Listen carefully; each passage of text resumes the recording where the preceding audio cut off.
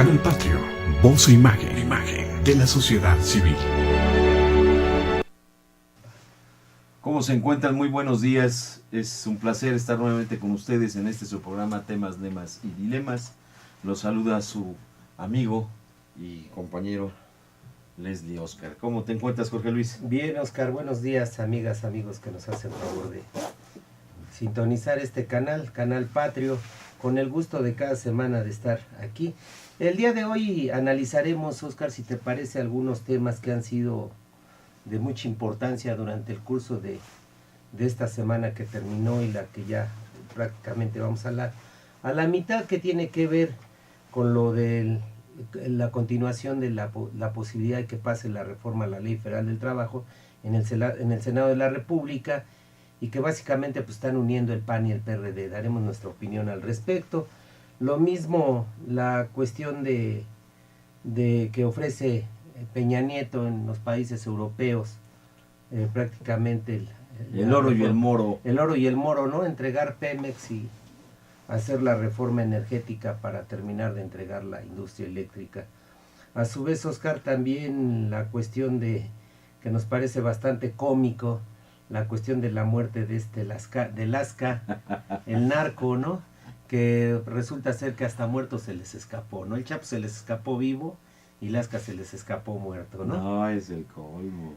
También la cuestión de la declaración que hizo Peña en España, Oscar, del rescate prácticamente de España, que les va a ayudar, ¿no? A rescatar, y lo de los barcos flotantes. Y así mismo, Oscar, yo quisiera que iniciáramos nuestro programa rindiéndole pues un homenaje al gran periodista que fue Miguel Ángel Granados Chapa, a un año de su muerte. El día de ayer estuvo cumpliendo un año, y el significado que tuvo para los de abajo el hecho de tener un periodista de tan alta calidad en este país, Oscar. Sí, pues efectivamente hace un año que Miguel Ángel Granados Chapa falleció, pero como el día de ayer lo dijeron quienes estuvieron prologando su libro, en realidad la voz de Granados Chapa sigue vigente, y sobre todo con este trabajo en donde el libro se intitula Buen Día, el primer asesinato de la narcopolítica en México. Incluso adelantan algunas cosas que son muy importantes de las investigaciones que realizó precisamente Miguel Ángel Granados Chapa, y fue en el sentido de que Manuel Buendía, sí, en los días previos a que lo asesinaran, estaba buscando platicar o una entrevista con Miguel de la Madrid para alertarle sobre la participación de políticos de una importancia relevante, pues, en el narco, ¿no? E incluso se relata que recibió amenazas o advertencias, de esas que sabe hacer muy bien el viejo régimen, o que en aquel entonces con Zorrilla estaba ya al frente de la Dirección Federal de Seguridad. Entonces, bueno, pues finalmente creo que los periodistas son algo muy, muy importante cuando son eso, periodistas. Y Miguel Ángel Granados Chapa tenía una frase que era muy reveladora de lo que puede significar esto. Decía que los periodistas no pueden ni deben ser socios de los políticos. Por eso, a la larga, cada periodista está en el lugar que se merece, y la gente lo sabe. ¿Será como Marín? Será como Marín, Ciro Gómez Leiva, como López Dóriga, Adela Micha, Adela Micha, Ezra Chabot, Broso, este otro tipo que escribe para el Universal, ¿cómo se llama? Sergio Sarmiento, que en realidad okay, no hay huevo que le acomode a ese Reforma, señor, para Reforma, ¿verdad? Sí. Bien, pues yo creo que se hace, no creo, es una referencia directa a esas gentes que se han convertido en socios de los políticos. Y si, como por ejemplo la trayectoria o el hilo que siguió la investigación de Granados Chapa, de los políticos metidos en el narco y ahora por tanto hasta el hueso en el narco, imagínense entonces estos periodistas qué representan, a quién defienden o qué es el mensaje que nos mandan, ¿no? Fíjate que, pues para recordar, Miguel Ángel Granados Chapa tuvo un incidente muy muy duro. Antes de que siguiera, sí quisiera nada más comentarle a quien nos ve, Oscar, que este libro no fue terminado por Miguel Ángel en vida, que vino a concluir. Su hijo lo hizo, ¿no? Es su hijo, era lo único que quería agregar, Oscar. Sí. Finalmente su hijo acaba de recolectar o de ordenar las Sí. notas que tenía su papá. Y de hecho, bueno, pues me parece que es, por eso insistía yo, la voz de Miguel Ángel Granados Chapa, que no desaparece. Esa misma voz que relató, ¿no? Cuando a él lo levantaron los yunquistas, Sí, Muro, ¿no? el muro, Sí. el movimiento de unificación y renovación, Sí. de orientación, no sé qué cosa, ¿no? Pero Renovadora, orientación renovadora. de orientación renovadora. Pues esta gente lo levantó precisamente porque los venía haciendo un reportaje sobre ellos y pues le dieron una tunda terrible, pero eso no amilanó a Miguel Ángel Granados Chapa, por el contrario, reveló con mucho más fuerza el carácter que tenía Miguel Ángel, y sobre todo habrá que recordar que personajes como él, que se hicieron acreedores, si yo creo que alguien ha recibido en los últimos años, o para decirlo muy claro, dentro del panismo, como responsable directo de la conducción del país, entendiendo que el PAN y el PRI son lo mismo, que es el PRIAN, pero en el caso concreto, en este juego bipartidista que se ha pretendido impulsar en México, o que se pretende instaurar ya definitivamente en México, creo que el premio otorgado a Miguel Ángel Granados Chapa, la medalla Belisario Domínguez, es yo creo que lo mejor que ha podido tener ese Y que es nada, galardón, ¿no? Oscar, es nada, porque la verdad Miguel Ángel merecía no sé cuántos homenajes, ¿no? Incluso el levantársele, a diferencia de Azerbaiyán, una estatua para él, ¿no? Sí, no, con el caso que en México ahora resulta que, Sí, hombre. que al buen Ebrard le pasaron una lana, 5 millones de Sí, dólares, ¿no? dólares, pues. Para En la idea que, supuesta de recuperar una plaza, pero bueno.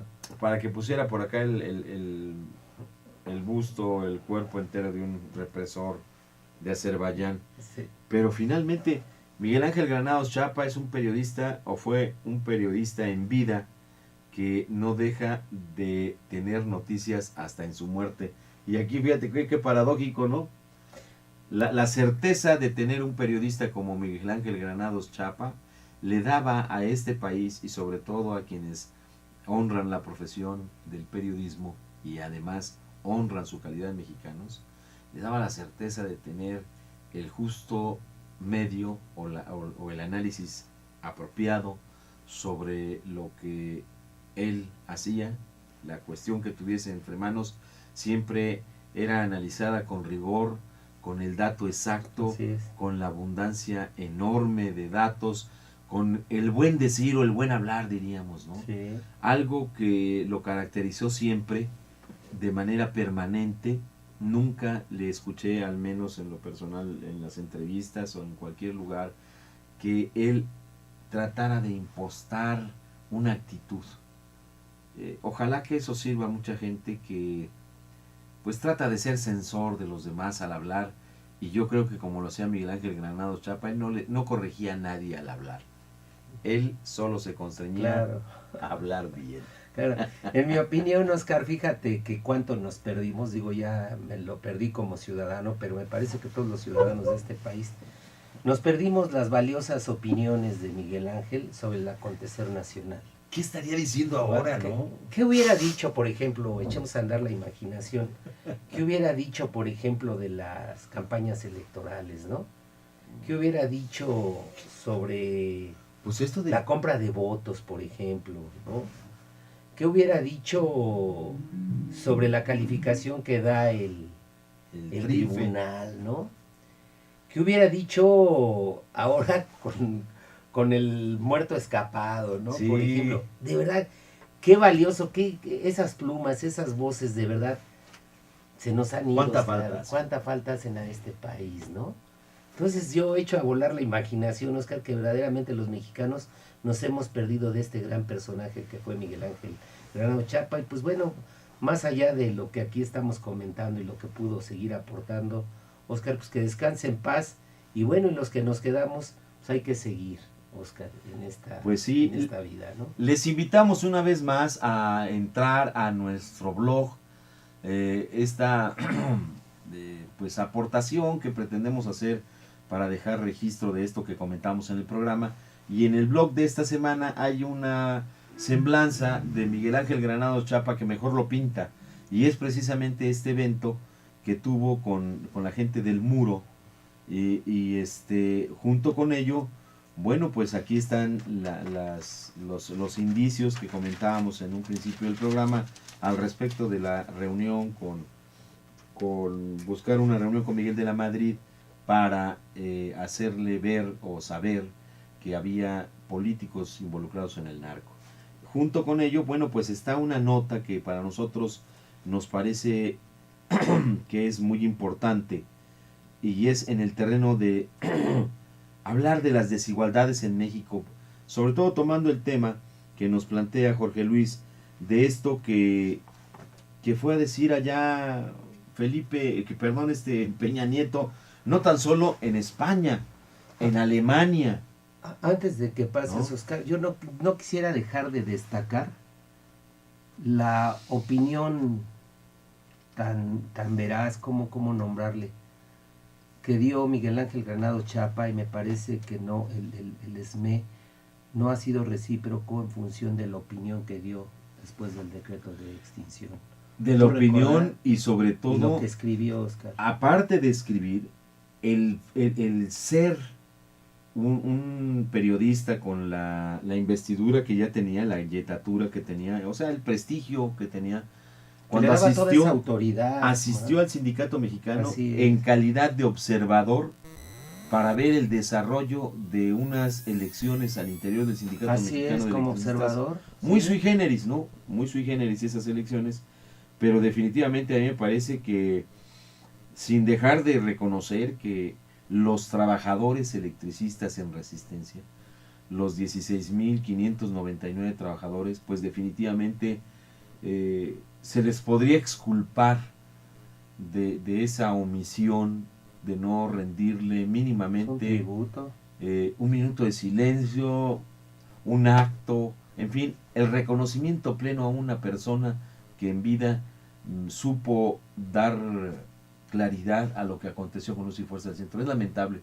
Pareciera ser que esa organización sindical adolece de ese tipo de cuestiones, es decir, el reconocimiento, la humildad. Y bueno, pues no me extraña, ¿no? No me extraña, la verdad, ¿no? Ojalá lo recuerden, Oscar, porque estoy igual. Pero déjame concluir, no sí. No me extraña por lo siguiente, porque pues si tú tienes agentes en la dirección del Sindicato Mexicano de Electricistas como Humberto Montes de Oca, que pues en las fechas en que debe estar presente en las asambleas no se encuentra, es decir, tiene un grado de ausencia total. Pero eso sí, en el momento de hacer discursos siempre habla de cambiar la correlación de fuerzas, siempre señala, digamos, rumbos o puntos de análisis, incluso pues para ello es ahora logística de los planes el vocero del SME, adelantando la logística de todo lo que va a acontecer, pero en realidad este señor adolece de calidad y tamaño moral.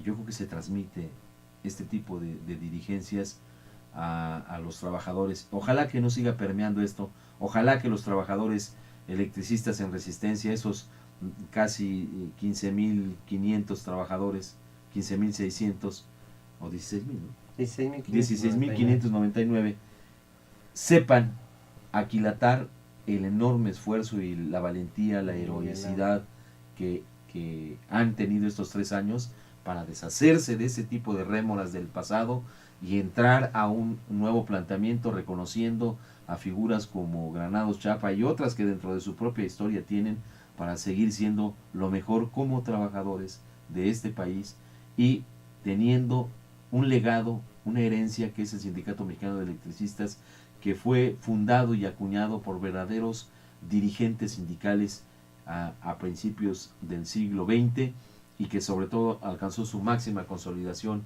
a mediados del siglo pasado, en la década de los 30.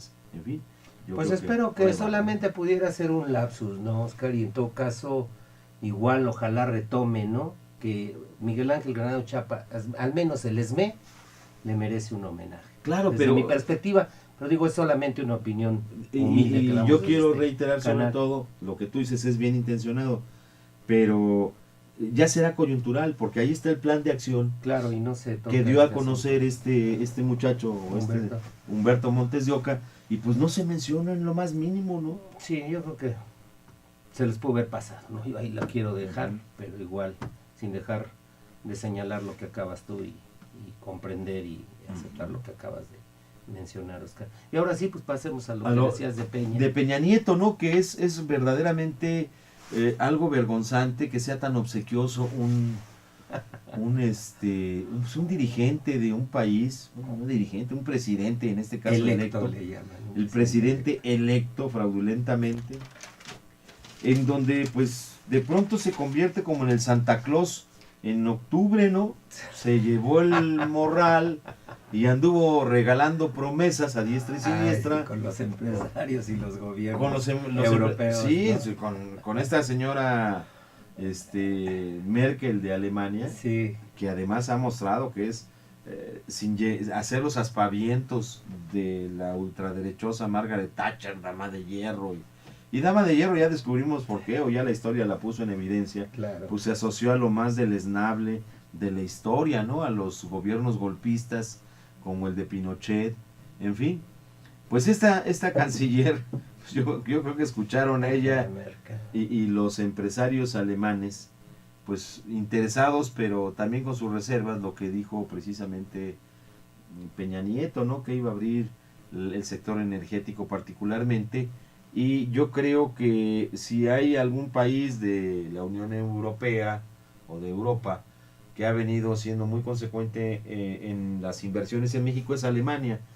Quiero recordarte que van a abrir una planta aquí de la fábrica de automóviles Audi y la ampliación de Volkswagen y otras tantas inversiones que tienen mucho sentido, hacen mucho sentido en el sentido de que la inversión extranjera directa, como es el caso que acabo de señalar, particularmente Alemania, lleva un buen ritmo, pero también sabemos por qué. Porque, como lo dijimos en parte de nuestro blog en la semana antepasada, estos países cuando hacen sus reformas o cuando adecúan el desarrollo de su diseño de política económica, en este caso pues Alemania es un país capitalista, es una enorme potencia de carácter industrial y financiera, pues hacen las cosas con el rigor que deben hacerse siempre, es decir, apegado a los cánones de aquello que ellos tienen como una teoría económica. Y precisamente cuando ellos plantean la reforma laboral, si nosotros pudiésemos tan solo brevemente comparar lo que se plantea en esa reforma laboral, que de todos modos no deja de ser una reforma o una organización del trabajo que tiende a la expoliación del obrero, ¿no? O sea, eso es innegable, ¿no? Pero mínimamente hacen las cosas de acuerdo a la ideología que profesan y sobre todo a los cánones de ese modelo económico, ¿no?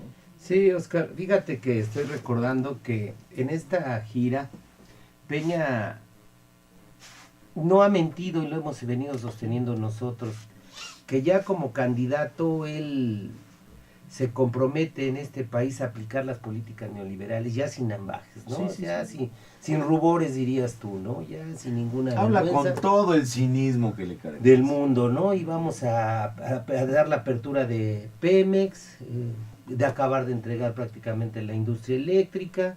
O sea, no nos ha engañado y dijo que iba por las reformas estructurales, que era la Ley Federal del Trabajo, particularmente la fiscal y la de energía. Y lo ha venido cumpliendo, ¿no? Al pie de la letra. El problema es que ya en este hecho está la cuestión de la reforma a la Ley Federal del Trabajo, en donde ha dejado ya de manifiesto que lo único que pretende que se respete es la autonomía de los sindicatos, pero hay un señalamiento claro o una línea clara en función de querer conservar los privilegios de aquellos dirigentes charros, ¿no? Particularmente inmiscuidos precisamente en el sindicato de los petroleros y en el de los maestros con la maestra el Baester Gordillo. Y por otro lado, pues bueno, está ofreciendo ya sobre la cuestión del petróleo, dar la apertura precisamente a la iniciativa privada. Se ha reunido con empresarios, no solamente con los jefes de Estado, sino también con los empresarios más importantes de cada uno de estos países. Pero yo quiero señalar también, Oscar, que a pesar de que está ofertando, México está en subasta, está en oferta ahí en Europa. For sale, dirían Lo los que no gringos, dicen ¿no? los medios es que casi en todos los países han salido a protestar por el cochinero que hubo dentro de las elecciones pasadas, Oscar. Sí. Me parece que es destacable esto y lo tenemos nosotros que notificar, que decir, hacer público, ¿no? Hacerlo público, efectivamente esa es la palabra más correcta, hacer público de que no ha sido miel sobre hojuelas su visita con los europeos. Particularmente en Londres, ¿no? Que El se día de ve ayer, que es por el ejemplo. el contingente más nutrido de mexicanos en el extranjero, que pues... Que hoy mismo en Francia, Sí. por lo menos se contabiliza que con pancartas y una serie de cuestiones, por lo menos más de 20 mexicanos estuvieron. Y además se protestando. destaca en la prensa nacional una cosa que quién sabe cómo vaya a suceder o qué vaya a suceder ahí, que es la reunión de la esposa del primer ministro, del presidente francés. Ah, sí, por el caso de Florence Cassés. Que o sea, los presidentes se van a reunir ambos, así que juntos a la vez, y por separado sus esposas. Nada más que hay una diferencia: mientras la esposa de Peña Nieto es rumbera, y bueno, dicho en el mejor de los ánimos, ¿no? Se dedicó a la farándula, tiene en su ADN esa idea de las rumberas, no lo digo como una denostación, pero de bailar, de enseñar la pierna, el beso, todo esto. De eso darán cuenta todos los calendarios en las vulcanizadoras, en donde muestran la exuberancia de la esposa de Enrique Peña Nieto, presidente de la República, porque eso de que sea la primera dama, pues para empezar, yo no sé si haya una fila de damas en México, o que se hayan numerado. Es una mujer más mexicana, que su esposo pues es el presidente de la República de México. Pero bueno, a lo que me refiero es que la esposa del presidente de Francia es periodista, es una mujer cuya formación académica pues es totalmente distinta a la de esta señora Rivera, y pues van a tener un encuentro, y está puesto en la agenda de la esposa del presidente de Francia tocar el tema de Florence Cassés en esa reunión con la señora Angélica Rivera. A ver qué nos despacha esta señora en el terreno de las noticias, ¿no? Pero ¿qué te parece si hacemos una pequeña pausa musical? Porque habrá que retomar pues esta idea, ¿no? De tener un poco de música, de tener Sí, es más ameno en este caso el programa. Es muy grave. Vamos a poner a Mercedes Sosa en una presentación que tuvo en Italia, y nos canta La Masa.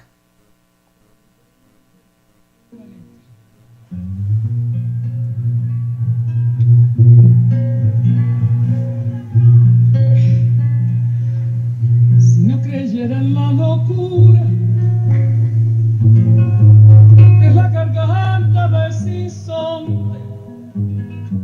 Si no creyera que en el monte se esconde el trino y la pavura, si no creyera en la balanza, en la razón del equilibrio, si no creyera en el destino, si no creyera en la esperanza,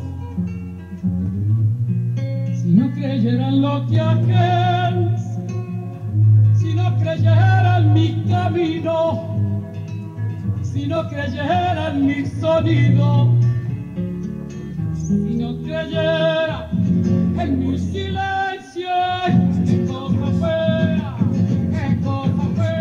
la masa sin cantera, un revoltijo que desperda sin tendón, un revoltijo de carne con madera, un instrumento sin mejores resplandores, de lucecitas montadas parecedas, de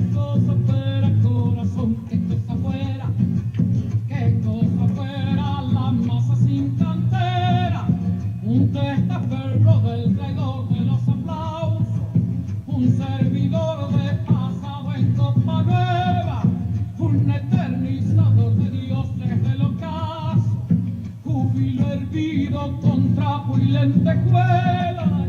Qué cosa fuera, corazón, qué cosa fuera, qué cosa fuera la masa sin cantera.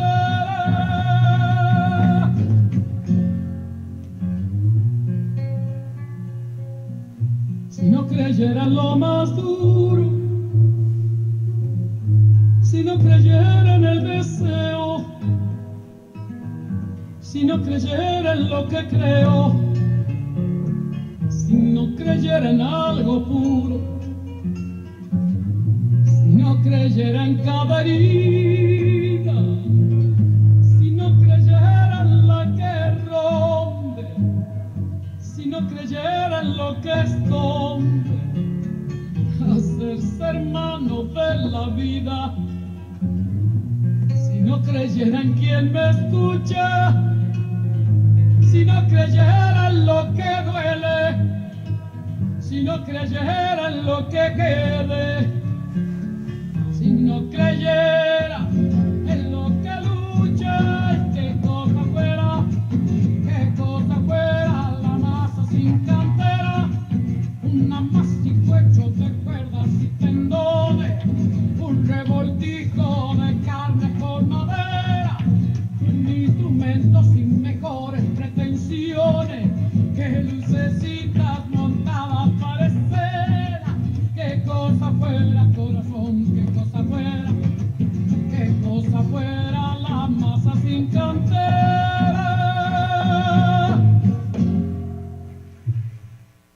Bien, pues esta fue Mercedes Sosa con su intervención de La Masa.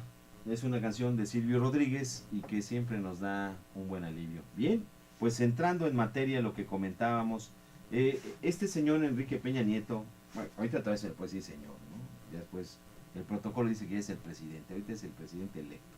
Y como las elecciones estuvieron muy cuestionadas, bueno, pues este señor Enrique Peña Nieto anda obsequioso.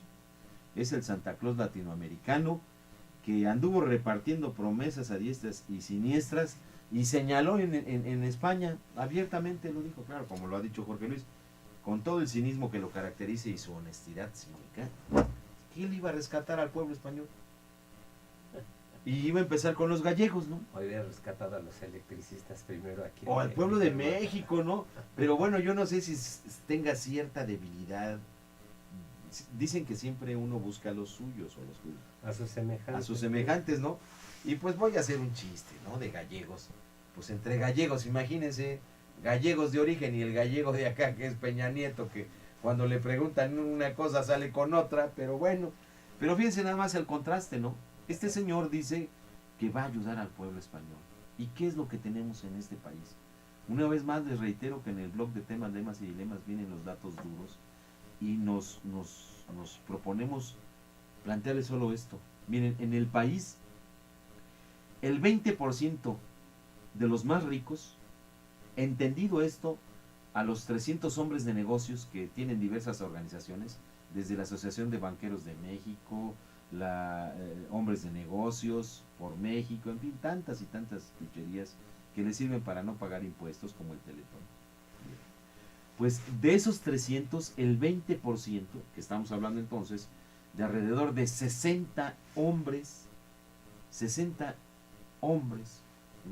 que se llaman mexicanos, se quedan con más del 50% de la riqueza nacional. O sea, vean nada más el tamaño de la desproporción y de la desigualdad que hay en México, ¿sí? Si tenemos nosotros entonces que el 20% más rico del país, de esos hombres que son alrededor de 60, se queda con el 50% de la riqueza nacional, el 20% de los mexicanos menos favorecidos, como decíamos la vez pasada, estamos hablando de alrededor de 81, eran 24 millones de mexicanos los que estaban en una pobreza extrema. Ellos apenas logran, es decir, 24 millones de mexicanos logran apenas el 3.5% de la riqueza nacional. Es terrible ese dato y sobre todo, si vamos todavía aún más señalando que la desigualdad en este país no tan solo se establece desde el punto de vista económico, Jorge, sino hay una desigualdad enorme en la educación, en la salud, en los servicios, en cómo se trata a los mexicanos en México. Entonces están asociadas todas estas cuestiones y observemos, por ejemplo, lo que opinan las gentes en el poder. Pues ahí está lo que dice la hija esta de Peña Nieto, ¿no? Que es la prole, porque son morenos o porque no van a la universidad en que ella va, ¿no? Los diputados que tienen sus seguros de gastos médicos mayores frente a lo que tiene que padecer cualquier mexicano en el seguro social, siempre y cuando lo tenga, y además un servicio que quiere ser privatizado, ¿no? Pues fíjate, tengo aquí en la pantalla, Oscar, una, ¿cómo decirle? Una información, ¿no? Una información que habla del oneroso gasto que hace en la nómina del gobierno federal. Y son datos de la Secretaría de Hacienda y Crédito Público, Oscar, ¿eh? Es la que presenta un resumen analítico del presupuesto destinado solamente para los sueldos de los mandos medios y superiores de la Administración Pública Federal. Y mire, quiero dar lectura del significado y la millonada que es. Por ejemplo, en el caso del presidente, 3.377.198 pesos. Y esto es lo que se reporta solamente, ¿eh? Para el presidente. Pero luego para los secretarios, 62.910.423, que son solamente 19 secretarios. Estamos hablando de los secretarios de Estado, Oscar, para dejar claridad en el asunto. Y luego se van 308.281.056 en 98 subsecretarios. Va creciendo la nómina. Y luego en la oficialía mayor son 212, esta sí es un poco inferior, pero también es menos personal. Son 212.546.969 pesos, y eso es para los oficiales mayores, es decir, son 70 solamente. Y en el caso de los jefes de unidad, Oscar, que me gustaría luego que explicaras qué es un jefe de unidad, 1,003.725.357 pesos, y los jefes de unidad son 371. ¿Qué es un jefe de unidad, Oscar? El jefe de unidad es digamos, el mando en cuarto grado, entendido esto como una organización jerárquica en la administración pública, que pudiera ser director, subdirector, que ambos pueden estar dentro del primer grado. Luego están los gerentes y están también los subdirectores de área, porque estas son las adecuaciones entre un organismo público descentralizado y la administración pública federal. Luego vendrán los jefes de área y al final vienen los jefes de departamento, que son en realidad quienes se encargan del control, de administrar prácticamente. Se encargan del trabajo. Voy a hacer un pequeño chiste. A ver. Dicen que llega un acomodado priista molesto porque tiene problemas en casa, su hijo tiene serios problemas pues de disciplina y quiere educarlo, ¿no? Y entonces va y ve a un amigo y le dice, oye, te pido un favor, fíjate que Enriquito no entiende, o sea, es un vago, es un junior y ya quiero que empiece a trabajar, dale trabajo, lo quiero meter a trabajar, bien, mándamelo el lunes. Total, Enriquito llega el lunes a la oficina de ese amigo de su papá, ya a la entrevista para su trabajo, llega, lo entrevista y dice, muy bien, empiezas el día de mañana y te voy a dar una plaza de, ¿cuál es la que está inmediata inferior? La de inmediata inferior, superior, perdón. Es director general. Te la voy a dar de director general de una área de la Administración Pública Federal. Llega Enriquito con su papá y dice, no, pues ya tengo chamba, papá. Fíjate que tu amigo, el priista, pues ya me dio chamba y ahora con eso que acaban de regresar, pues me la dio de director de área. Dice, hombre, ¿y cuánto vas a ganar? No, pues voy a ganar 140,000, 150,000 pesos. No, yo creo que se equivocó mi amigo, le habla por teléfono. Dice, oye, pues si lo que quiero es que Enrique sepa, pues lo difícil que es el trabajo, ¿no? Dice, bueno, pues tú le dices una dirección de área, ¿no tienes algo menor? Bueno, sí, pues tengo una jefatura de departamento. Y bueno, ¿y cuánto gana? No, pues 90,000 pesos. No, sigue siendo demasiado. Algo menos, algo donde vaya a trabajar, por ejemplo, en alguna área como jefe de área. Dice, no, Enrique, eso no se puede, porque todas las demás, pues puede ir cualquiera, aunque no trabaje, pero esos sí saben, esos deben tener título, esos sí deben tener experiencia, porque son los que hacen la chamba. Los Así de es, abajo, ¿no? son los de abajo, son los de ese último Sí. grado, pero que también a veces resultan onerosos por el número, es decir, ya son Sí, demasiados. porque suben. Por ejemplo, continuó la cifra. De director general son 1914 y se lleva, hoy la cantidad, 4.538.992.809 pesos. Nada más los directores generales. Y luego viene el director general adjunto. Son 2.945. Esto va a lo del chiste, pues ahí se están dando las cifras, ¿no? Y finalmente, ¿quién va a hacer el trabajo? Y estos se llevan también 5.369.903.915 pesos. Pero fíjate, estos 5.369 millones, Ajá. son 5.369.903.000 pesos. Bien, esta es una categoría que introdujo a la administración pública Ernesto Zedillo. Esto del director adjunto. Si nosotros observamos, bueno, ahorita que termine su Fíjate comentario. nada más. Sí, termino de las cifras, Oscar.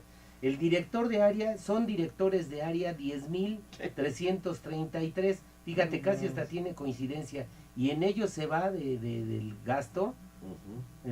en su nómina, 10.932.769.649 pesos. Es decir, que los angelitos cobran cerca de 1 millón de pesos.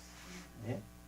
Bueno, y finalmente, el subdirector de área, que son 26.000, ahora sí que los que hacen la chamba. Los como que hacen la decías tú, chamba. ahí están, son 26.005 y se llevan la cifra de 14.968.576.290 pesos. Y el último, el jefe de departamento, que ahí sí ya es más grande la cifra de trabajadores, son 30.082 y se llevan 11.059.499.317 pesos. Son verdaderamente los que sacan la chamba, ¿no, Oscar? ¿Los qué? ¿Los subdirectores? Los jefes de Los departamento. jefes de departamento. Sí. Mira, de esta información lo que podemos dejar muy en claro, el sector de la burocracia, el gobierno federal tiene una plantilla de 71.838 plazas, por las que se erogan 48.460 millones de pesos. Sí. Y está así de claro, ¿no? De ellos, 10.000 son directores de área. Sí. Entonces estamos hablando de poco más del 10% de la plantilla, si tenemos en consideración que son 71.000 plazas, y tenemos a 10.000 directores, pues imagínense nada más. Y si aunamos a esos directores adjuntos, pues entonces estamos ante un fenómeno que es bestial y que se reproduce en todos lados. Hace unos días también sale una noticia de cómo estos, los consejeros del TRIFE, Sí. o la gente que está ahí, tienen a su vez un presupuesto para contratar asesores. Además, ¿no? Entonces, hagan de cuenta que a mí me contratan para, vamos a poner un ejemplo modesto, ¿no? Como debe ser el trabajo, pero imaginemos nada más, esto sí sería una perogrullada y allá es a donde la nueva ley federal del trabajo dice que quiere acabar. Un trabajador es un electricista y lo contratan para hacer la instalación de este local, supongamos. Y entonces ese trabajador pues requiere mínimamente de un par de ayudantes, es decir, aquel que le esté proporcionando la herramienta y otro que le ayude a hacer con un mayor grado de calificación las conexiones para hacer esto más eficiente. Pues a eso le llaman un trabajo burocrático, un trabajo que lo puede resolver un solo hombre. Quisieran que llegara el electricista como hace 200 años a encargarse de todo el proceso productivo, pero claro, pagándole como hace 200 años, sin derechos y sin prestaciones. Pero es necesario para los técnicos, por ejemplo, tener ese grado de ayuda, pero los salarios son infinitamente menores.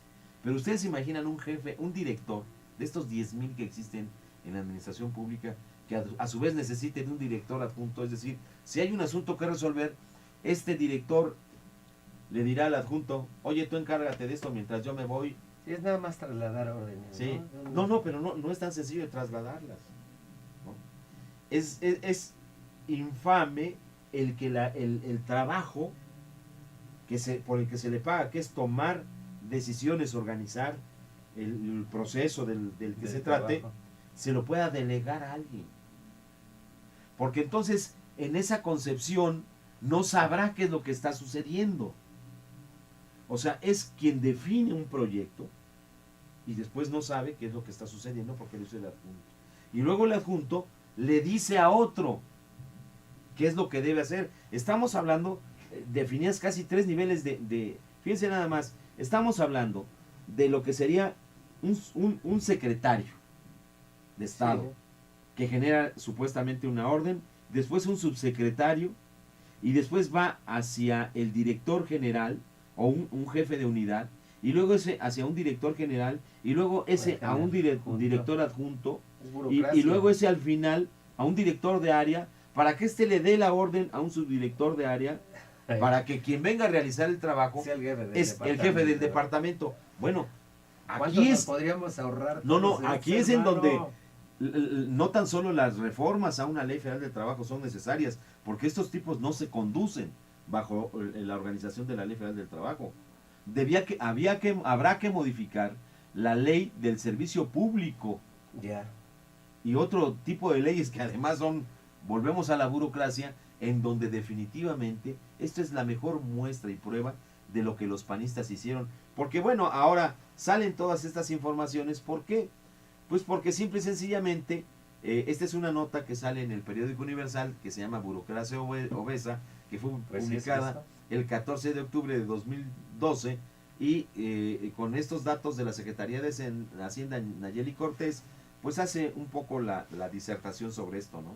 Entonces, queda claro que hace 20 años la burocracia era menor.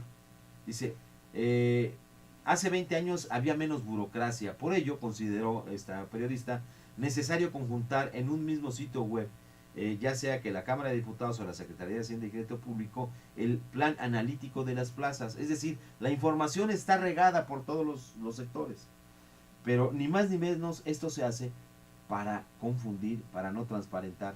Pero ¿qué, en comparación, qué tenemos, Jorge Luis? ¿Qué fue lo que dijo Felipe Calderón en razón de la liquidación de Luz y Fuerza del Centro? ¿Cuáles fueron los argumentos, Jorge Luis? Pues uno, causa de fuerza mayor, que había sido un caso fortuito, hermano. Esos fueron sus argumentos básicos, ¿no? Que por... Bien, lo que dijo es precisamente que ese argumento de causa mayor Una causa de fuerza mayor. era porque era insostenible el ritmo de cosas que acontecían en Luz y Fuerza.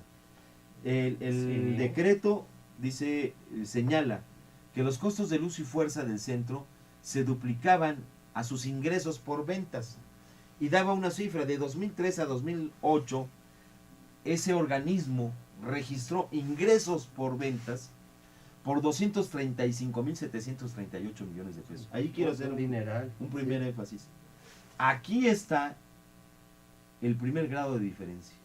Estos trabajadores producían, es decir, metían al erario 235.738 millones de pesos ¿En cuánto tiempo? en el lapso de 2003 a 2008. Es decir, en 5 años. En 5 años. Y lo que se les imputaba, que resultó ya ser una falacia por la respuesta Sí, del una juez, mentira. es que los costos de operación en ese mismo lapso fueron de 433.200 millones de pesos. Es decir, También en 5 años. 180.000 millones de pesos, más o menos la diferencia, más o menos. Y esto se lo achacaban a la corrupción de los trabajadores. Se lo achacaban precisamente a que existía una organización sindical, pero resultó ser falso. A su contrato mismo. Quedó claro que esa diferencia de los más de 180.000 millones de pesos en ese periodo de 5 años se fue acumulando por los precios de energía, de la energía eléctrica que Comisión Federal de Electricidad le vendía a Luz y Fuerza del Centro, Ujú. y luego por las tarifas que le imponía la Secretaría de Hacienda a la propia Luz y Fuerza del Centro, dando simple y sencillamente en este rubro un círculo perverso para quebrar a una empresa, pero sobre todo para deshacerse de los trabajadores electricistas. Veamos, volvemos a lo mismo, es un enorme punto de comparación en donde observamos cómo para unos cuantos el dinero está a manos llenas. Como lo decíamos en un principio, esos alrededor de 60 hombres más ricos de México que se llevan más del 50% de la riqueza nacional, frente a ese 20% de los que menos tienen, que son alrededor de 24 millones de mexicanos, que no tienen más que el 3.5% de la riqueza nacional.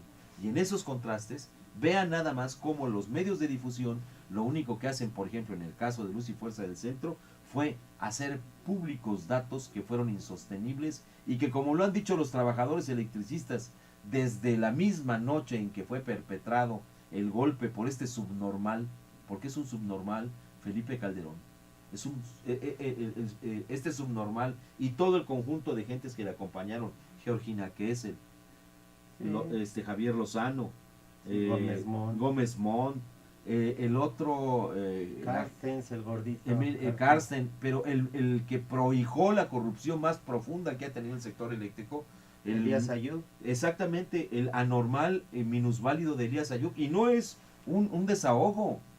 El tipo no tenía las condiciones físicas para estar al frente de una empresa como Comisión Federal de Electricidad, y ahí lo mantuvieron.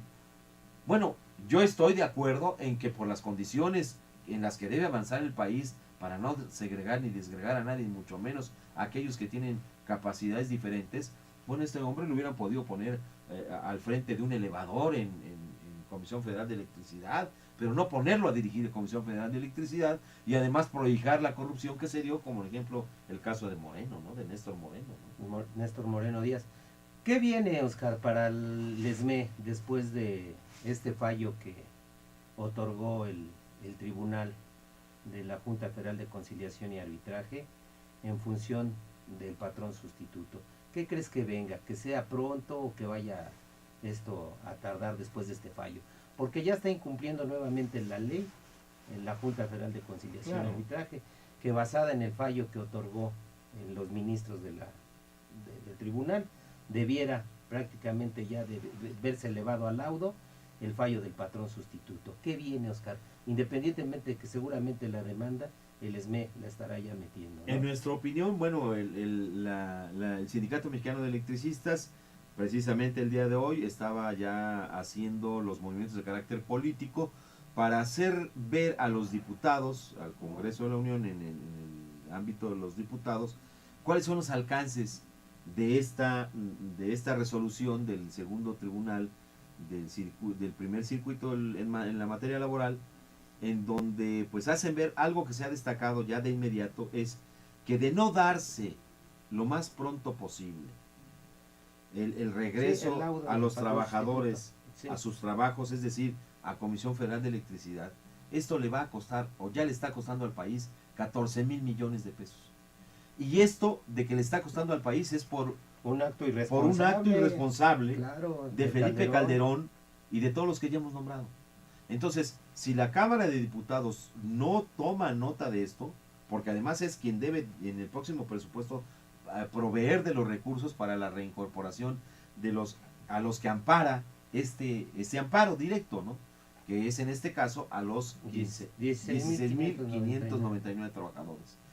E incluso por lo que resuelve este tribunal, y lo he dicho incluso también por el abogado Carlos de Buen, es muy fácil de adelantar que aquellos que se liquidaron y que lo hicieron bajo las mentiras dichas a diestra y siniestra, pues también tendrán que organizarse y plantear una reivindicación de carácter legal. Pero por lo pronto, los 16.599 trabajadores tienen ya la necesidad, el gobierno, de resolverlo, porque se va a ir acrecentando. Porque ya es un laudo, es un... Sí, la sentencia es inapelable, pues. Es en firme. Sí. Entonces, ya el sindicato, por los trascendidos en el periódico, está haciendo lo conducente para demandar a los propios A la Junta, a la Junta ¿no? Federal de Conciliación y Arbitraje y obviamente a los Que son titulares, porque presidentes, ¿no? no, de la no, propia no es Junta. en abstracto a la Junta, sino es a los A titulares, los responsables, a los ¿no? responsables. Y por otro lado, está muy claro que esto no va a ser de inmediato, porque ya la decisión Claro. del presidente Calderón está definida. Es más, en las 7 semanas que le faltan él no va a hacer nada. Y en lo que llega La nueva administración. el prohijoso Peña Nieto, aquí hay algo que se ve y cómo va a estar un poco el gobierno. Peña Nieto no es capaz de atisbar qué es lo que puede suceder, pero ya empiezan a moverse las fuerzas políticas del PRI, el colmillo del PRI. Sí, la negociación, ¿no? Ellos Más siempre que se negociación, meten- porque yo no sé que se hayan sentado ya a negociar con el sindicato, ellos están adelantando las soluciones en un escenario que les es favorable. Sí, como esa que me platicabas, ¿no? Ujú. Esa propuesta de un punto de acuerdo ahí en el Congreso de este De Fayad, diputado del del diputado PRI, Fayad Omar del PRI, Fayad, ¿no? En donde él señala que lanza un punto de acuerdo para que se reconozca o se negocie o se promulgue un reconocimiento para aquellos que tenían 20 años de antigüedad,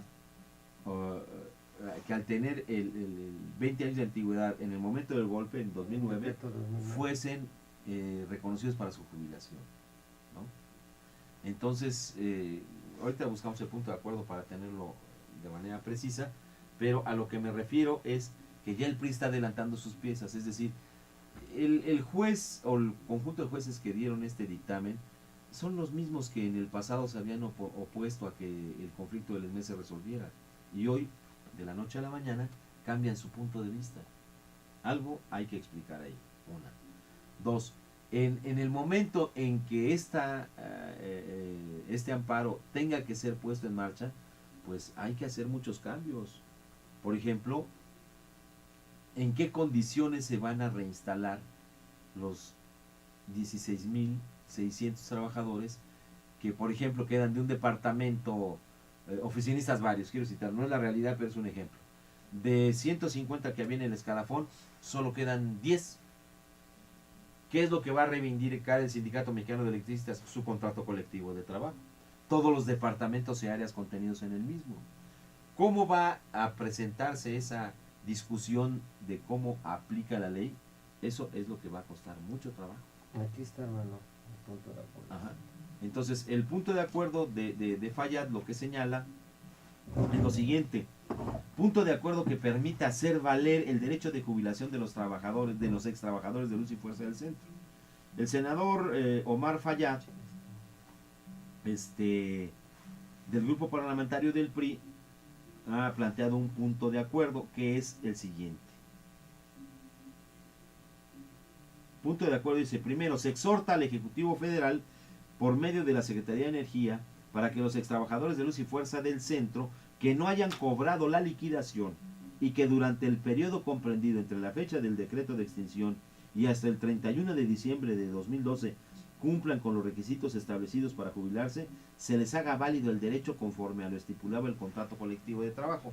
Es decir, se están adelantando ya a lo que son los posibles reclamos de una serie de prestaciones o de derechos que estaban garantizados en el contrato, ¿no? Pues ya son las señales claras, pues, de que este conflicto pueda tener una solución final, Oscar. Sí, Con se va entrando la nueva visualizando, ¿no? administración, Ujú. basado ya a los posicionamientos de los propios legisladores del país, ¿no, Oscar?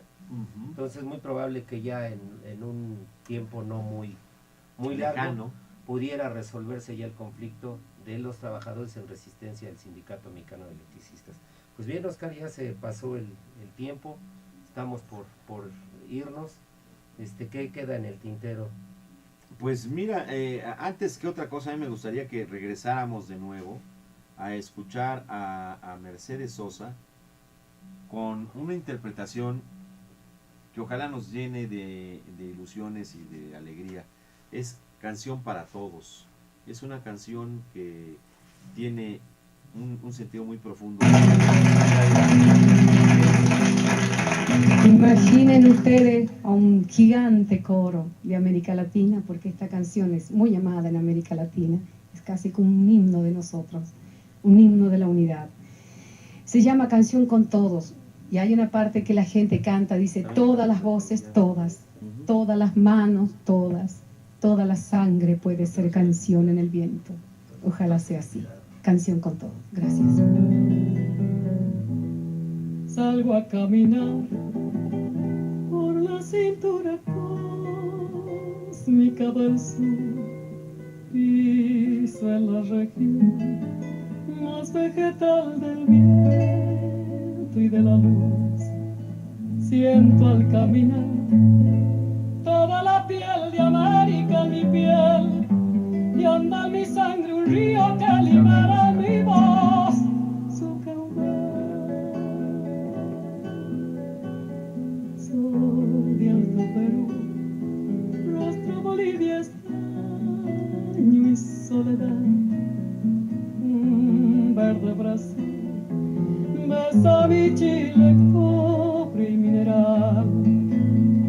Subo desde el sur hacia la entraña América y total, pura raíz de un grito destinado a crecer y a estallar.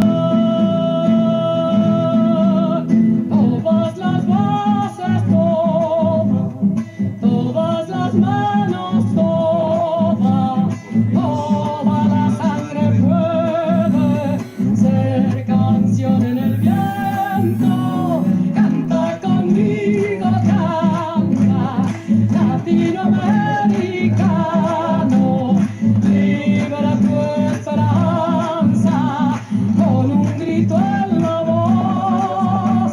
Todas las voces, todas las manos, toda la sangre puede ser canción en el viento.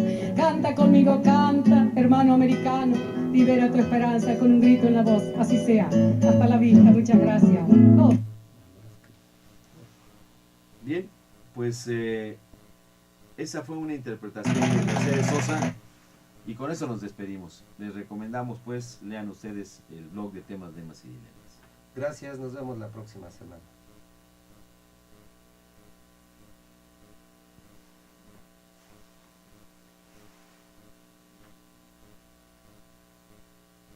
Canal Patrio, voz e imagen de la sociedad civil.